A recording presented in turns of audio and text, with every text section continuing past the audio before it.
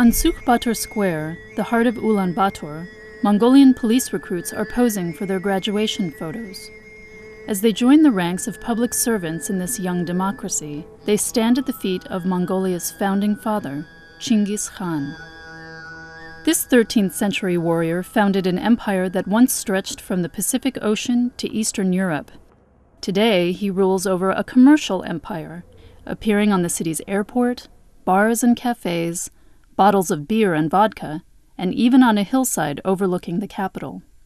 And here, on the steppe outside Ulaanbaatar, a new 50-meter-tall statue draws in foreign tourists and Mongolians, like Gala Badsuran, who's visiting for the 8th time.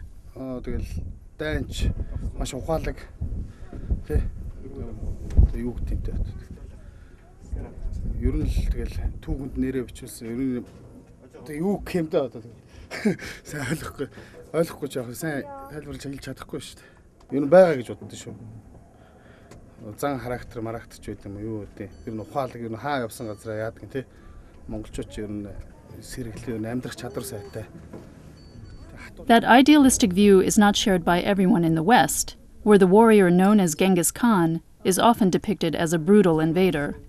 But here at Chinggis Khan University, students learn that their national hero united warring tribes, respected diverse religions, and established trade and communications across the world's largest land empire.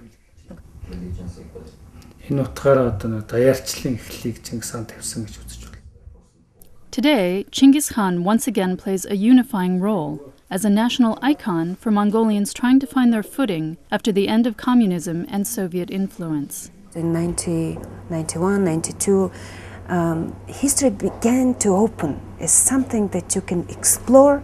You know, you didn't have that ideology that told you what to look at. There was a sort of a generalized sense that all Mongolians can rise again, Mongolians can have their renaissance and revival of Buddhism, revival of shamanism, and the obsession with the Khans, you know, especially Genghis Khan. There was this search for national identity. During that search, Mongolia has tried to emerge from the dominance of its powerful neighbors, Russia and China. But their influence is hard to shake. Chinese companies play a major role here, and the capital is still riddled with reminders of the socialist past, like this World War II monument commemorating Russian-Mongolian friendship.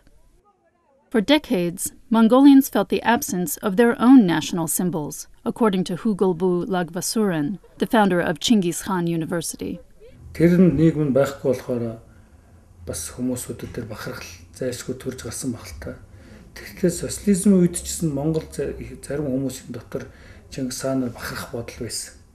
In recent years, though, efforts to assert a new Mongolian identity have taken some wrong turns. There's a rising extremist right wing for whom national pride means hatred of immigrants, especially the economically powerful Chinese.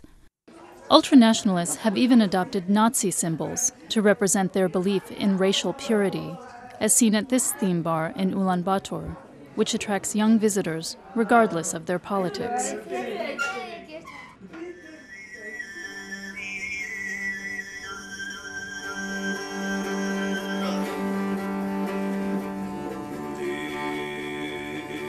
But other expressions of Mongolian pride are emerging as well. The folk music and art scene are vital. And since the end of communism, Mongolians have returned to the Buddhist temples.